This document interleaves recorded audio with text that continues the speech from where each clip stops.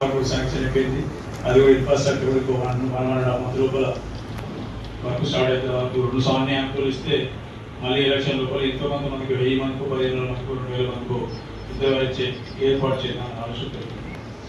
ఇక మిగిలింది లాస్ట్కు ఇంతకుముందు మిత్రుడు సోదరు చెప్పినట్టు మా ప్రస్థానం జీవితంలో చివరి అంకం అది. 4 భాగాలు 4వ భాగం అది. చనిపోయిన ప్రతి ఒక్కరు కూడా వాళ్ళ పిల్లలు కానీ వాళ్ళందరూ ఏమంటుందంటే మా తల్లికో చివరి అంత పేరు వాళ్ళు గౌరవంగా ఉండే విధంగా వాళ్ళు మాకు చేసిన మా కోసం కష్టపడ్డ వాళ్ళను సుఖంగా పంపాలనే ఒక ఆలోచన కోరుకుంటుంది. దానికి మా ప్రస్థానం ఆయనే భగవంతుని శివుని ఆశీర్వాదం కాబట్టి. ఎందుకంటే అనుకున్నప్పుడు ఫౌండేషన్ డేట్ స్టార్ట్ చేసినాడే నా చిన్నప్పటికి నా ఆలోచన ఉండేది. ఏదైనా మొదలుపెట్టిన నాడే ఆదిని డిసైడ్ చేస్తే ఎన్నో కంపెనీ చేస్తే ఎన్నో పనిచేస్తామనేది అంటే నా పర్సనల్ లైఫ్లో కానీ బిజినెస్ లైఫ్లో అన్ని అర్థం చేసుకొని దాన్ని పెట్టుకొని ఆ డేట్ ఏదైతే డేట్ నుంచి డిసైడ్ చేస్తాం ఆ డేట్ నుంచి బ్యాక్వర్డ్ ఇంటిగ్రేషన్ చేసుకొని ఆ రకంగా ఈ డేట్లో కంపెనీ వాళ్ళు ఎంత పని చేయాలి ఎంతమంది లేబర్ చేయాలి ఏ రకంగా పని చేయాలి నా ఆలోచనతో వర్క్ చేస్తాం. ఆ రకంగా ఆదిన శివరాత్రి నాడు ఓపెన్ చేస్తాం అనుకున్నాం. 102 రోజులు ఓపెన్ అయిందంటే నాది నాకే నమ్మకం మేమందరం కలిసి దానికి సహకరించిన ఇంజనీర్ కాంట్రాక్టర్ వాళ్ళకు చేతులైతే నమస్కరిస్తే ఈ సమాచారం చెప్తున్నా. అది సాధారణ విషయం కాదు. డిఫెన్స్ కాలేజ్ ఉన్నది. ఇంటర్మీడియట్ తర్వాత సెలెక్షన్ అయిన తర్వాత డిఫెన్స్ కాలేజ్ 3 సంవత్సరాలు జరిగిన తర్వాత ఆర్మీ ఎయిర్ ఫోర్స్ అదేవిధంగా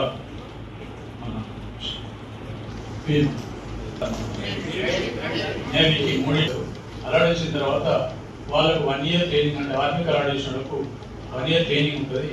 దాంట్లో భాగంగా సివిల్ ట్రైనింగ్ ఉంటుంది.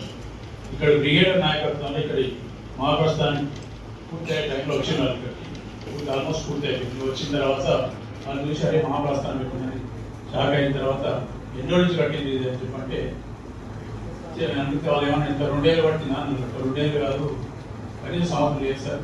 102 రోజులు పూర్తి అవుతుంది 2 రోజులు పూర్తి అవుతుందని చెప్తే 102 రోజులు పూర్తి వాళ్ళు ఏమన్నంటే మేము మొత్తం డిఫెన్స్ 6 రోజులను మొత్తం అంతా కట్టి చేస్తేనే 1 year లోపల కాదు. ఇక్కడ 102 రోజులు చేస్తుంటే మా ఆర్మీ వాళ్ళని మీ దగ్గర ట్రైనింగ్ చేసుకోవాలని విధంగా వాళ్ళు సంబంధించి ఆ రకంగా చేసినాం.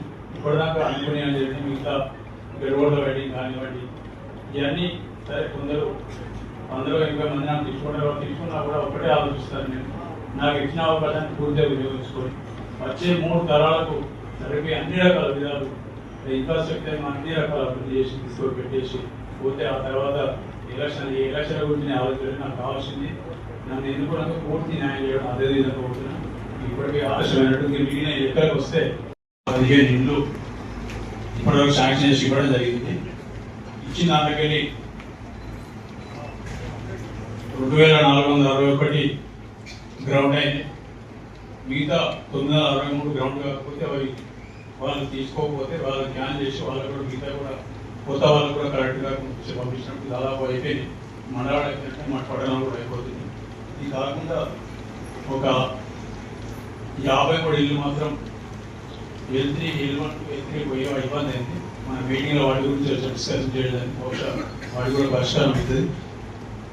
జూన్ వరకు నా దాకా ఇప్పుడు ఒక 11,400 పైచెట్ ఇల్లు ఈ నెలలో పూర్తి అయిపోయినాయి.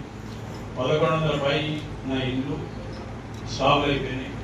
ఒక 420 ఇళ్ళ వరకు దాదాపు స్టాబులు వచ్చినాయి.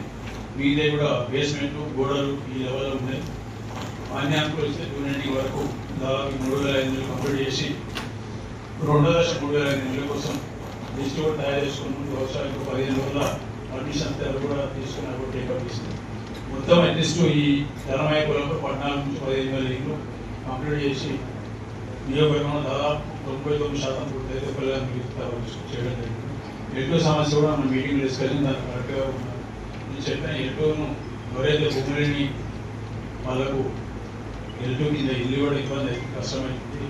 ఎన్నికలప్పుడు మేనిఫెస్టో తయారు చేసినప్పుడు చెప్పలేదు. మేము L1 L2 L3 పెడతామని చెప్పలేదని మీటింగ్లో వెళ్ళి మన నేతృత్వ అధికారులతో నేను మాట్లాడాను.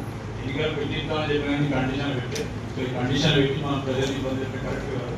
తప్పకుండా L2 కేటగిరీలో కూడా కలెక్టర్కి అధికారులు ఇచ్చి ఎక్కడైతే ప్రభుత్వ భూములు ఉంటాయో పట్టణాలు కానీ గ్రామీణ ప్రాంతాలు ఉన్నా కూడా ఆ భూములు డెలిగేషన్ వాళ్ళు కలెక్టర్ అధికారులు ఇస్తే వాళ్ళు ఐడెంటిఫై చేసి అందులో సమూహాలు సముదాయాల యొక్క ఒక ఇండివిజువల్ కాకుండా సముదాయాల యొక్క కట్టి ఆ ఇంటి కేటగిరీ వచ్చినప్పుడు మాత్రమే ఈ ఇందిరా మహిళలకు పూర్తి సహకారం అయితే కాదని చెప్పినప్పుడు తర్వాత దాని గురించి కూడా మాకు మన మంత్రి గారు పాజిటివ్గా స్పందించారు. కాకపోతే అది ఆయనలో నిర్ణయం కాదు, ప్రస్తుతం ముఖ్యమంత్రి నిర్ణయం కాబట్టి తప్పకుండా రానున్న రోజులు అవి కూడా పూర్తి చేస్తాం. ఇక్కడ ఇందిరా విషయాలు కూడా మంచిర్యాల మంచిర్యాలనే కాదు దాదాపు ఉమ్మడి జిల్లాలో కూడా మంచిర్యాల పరిస్థితి ఉంటుంది. 200 పవర్ విషయానికి వచ్చినప్పుడు 50,999 వీటికి మనం ఇక్కడ ఈ 200 యూనిట్లకి 4 ఉన్నారు. దానికి 46,000 చిల్లర 40,000 మందికి ఇవ్వడం జరిగింది. 40,000 కుటుంబాలకు ఇంకొక 3,000 కుటుంబాలు ఉన్నాయి. దానికి మరి మిగతా కారణాలు ఏమన్నా కూడా కొన్ని విలేజ్ అనేది ఆల్మోస్ట్ ఐడెంటిఫై అయినట్టుంది. విద్యాశాఖ కోరేది అదేవిధంగా రూరల్ మండలాధికారులు ఎంపీటీ వాళ్ళు వాళ్ళకి సహకరించి సర్పంచ్ కూడా వచ్చింది సహకరించి ప్రతి ఊళ్ళో 2, 3, 4, 7 మిగిలిపోయినాయి. వాటిని కూడా టెక్నికల్ రీజన్స్ వాటికి మధ్య కుదిలో సైట్ ఓపెన్ కావాలి. మంత్రి గారు చెప్పిన సైట్ ఓపెన్ చేస్తానికి 5 సైట్ కావాలంటే ఓపెన్ చేస్తే అది కూడా 100% ఇస్తే ఒక కార్యక్రమం పూర్తి చేసినట్టు అయితే మనకు అది కూడా చెప్తూ 2,13,00,000 రూపాయలు ప్రభుత్వం విద్యాశాఖకు ఈ స్కీమ్ ద్వారా ప్రభుత్వ శాఖకు విద్యాశాఖ చెల్లించడం జరిగింది. ఇట్లా ప్రతి కార్యక్రమంలో డిసెంబర్ 3 తారీఖున గెలిస్తే పార్టీ పిలుస్తారంటే హైదరాబాద్ కూడా జరిగింది.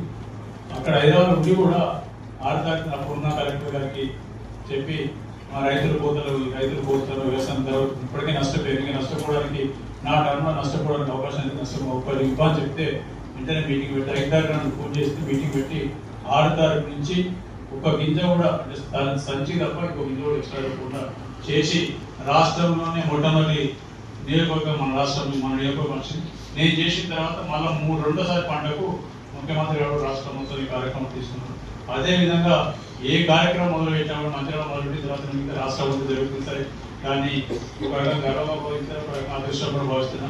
అందుకని నా ప్రజలు నాకు ఇచ్చిన అవకాశాన్ని చేసుకుంటాను ఒక నమ్మకం ధైర్యం ప్రజలు ఉన్నారని నా ఎంపడాలని నమ్మకం ధైర్యంతో పనులు కూడా ధైర్యంగానే చేస్తున్న అవసరం వచ్చినప్పుడు అధికారులతో కానీ లేకపోతే ఉన్న హైదరాబాద్ మంత్రులతో కానీ ముఖ్యమంత్రులు కానీ నా నియోజకవర్గానికి నా జిల్లాకు అన్యాయం జరిగిందని సేవల అవకాశం నాకు వచ్చింది.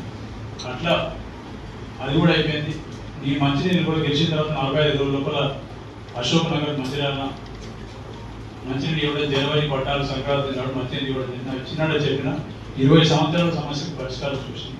తప్పకుండా ఈ పరిష్కారం చూసినా కూడా శాస్త్ర పరిష్కారం అయినా కూడా 20 సంవత్సరాల సమస్య పరిష్కరించాం కాబట్టి ఎంతో కొంత తప్పకుండా అక్కడక్కడ టీచింగ్ ప్రాబ్లమ్స్ ఉంటాయి.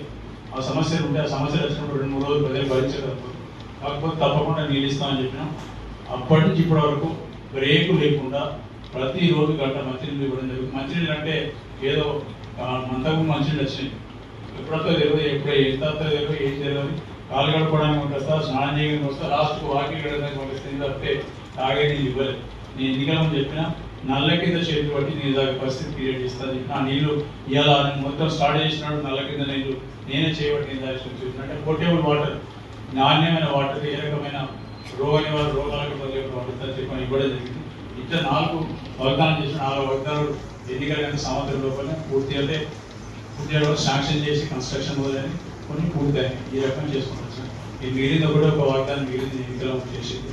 అది నర్స్పూర్లో పట్టాలు ఇస్తారు చెప్పిన అవసరం కూడా మిగిలింది.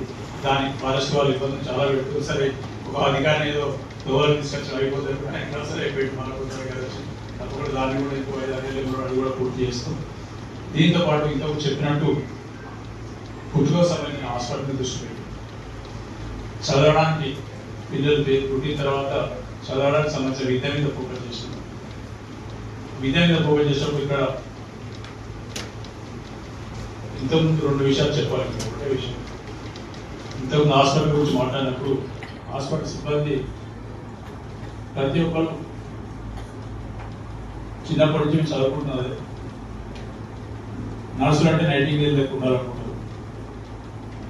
డాక్టర్ను వైద్యం నారాయణ అంటే వైద్యుని నారాయణతో సమానంగా చూస్తారు కాబట్టి వైద్యవత ఉన్న తప్పకుండా పేద ప్రజలను మనం ఏదైతే మహాత్మా గాంధీ మాట్లాడుతున్నామని చెప్పాడు హరిజనులు అని చెప్పాడు అంటే వాళ్ళు హరినోటకి పుట్టిన వాళ్ళు హరిజనులు అని చెప్పడం అనేది అంత కింది జాతుల వాళ్ళు కూడా పూర్తి సంపూర్ణ వైద్యం అందించినప్పుడే మీ వృత్తికి న్యాయం చేసినాడు కాబట్టి అయితే కాబట్టి తప్పకుండా ఏదైతే వైద్యనారాయణ దానికి పూర్తి ఏదైతే దానికి ఉదాహరణ మంచిరాడ కావాలని కోరుకుంటున్నాను. వైద్యనారాయణ పదానికి వైద్యులు పూర్తి సంపూర్ణ చేసి వైద్యనారాయణ దానికి తీసుకురావాలని కోరుకుంటూ అదేవిధంగా విద్య గురించి చెప్పేటప్పుడు ఉపాధ్యాయుల గురించి చెప్పగలరు.